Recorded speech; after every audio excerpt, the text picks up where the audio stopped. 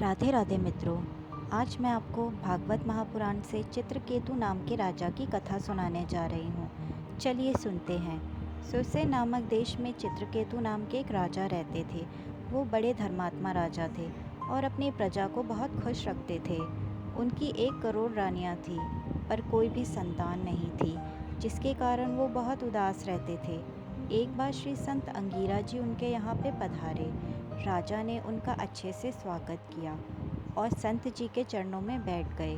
संत जी ने पूछा, हे राजन, आपकी प्रजा आपसे सुखी रहती है, पर आपका मन क्यों अशांत है? राजा ने संत जी को बताया कि उनका कोई पुत्र नहीं है, तो आगे राज्य कौन संभालेगा? मेरे पितरों का पिंडदान कौन करेगा? राजा ने संत जी से कहा कि आप ही ऐसी कृपा करिए कि मुझे एक पुत्र हो जाए। राजा काफ़ी देर तक संत जी से निवेदन करते रहे, पर संत जी उन्हें टालते रहे। संत जी ने कहा, राजन, पुत्र वाले भी उतने ही दुखी हैं जितने पुत्रहीन दुखी हैं। जो होता है अच्छे के लिए होता है। जो अभी हो रहा है भगवान की ही इच्छा से हो रहा है। यदि तुम फिर भी अपना भाग्य बदलना चाहते हो तो कोशिश करके देख लो, ऐसा नहीं होगा।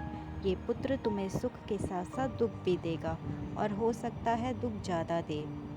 पुत्र मोह में डूबे हुए राजा कहने लगे, मैं सारे दुख सह लूँगा, आप बस कृपा करिए। फिर संत जी ने एक फल दिया, जिसे राजा ने अपनी बड़ी रानी को खिला दिया। संत जी की कृपा से उस रानी को एक पुत्र हुआ।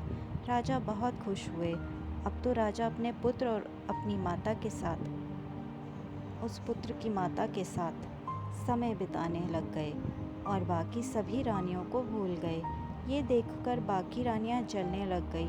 एक दिन जब बड़ी रानी बीमार हो गई तो बाकी रानियों ने बड़ी रानी से कहा, हम राजकुमार का ध्यान रख लेंगे, आप चिंता मत करिए। और उन सभी ने राजकुमार को दूध में जहर देकर मार दिया। अगले दिन जब राजकुमार सोकर नहीं उठे तो उसकी माता ने दासी को उसे उठाने भेजा। जब दासी आई तो उसने देखा राजकुमार की मृत्यु हो चुकी है। उसने सबको बताया। सब अचंभे रह गए, रोने लग गए। राजा के तो मानो प्राण ही निकलने वाले थे। तभी संत जी और नारद जी वहाँ पहुँच गए।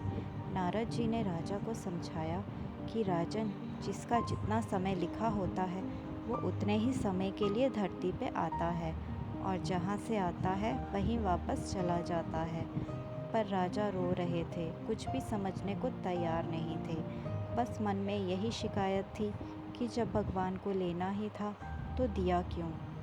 दोस्तों, व्यक्ति भूल जाता है कि उसने किस प्रकार से भगवान से मांगा है और भगवान ने वो मुराद पूरी भी की है।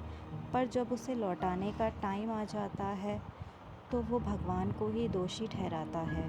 तो दोस्तों, आगे की कथा हम अगले वीडियो में जानेंगे कि कैसे नारद जी ने राजा का दुख दूर किया। तब तक आप अपना ध्यान रखिएगा और खुश रहिएगा। राधे राधे।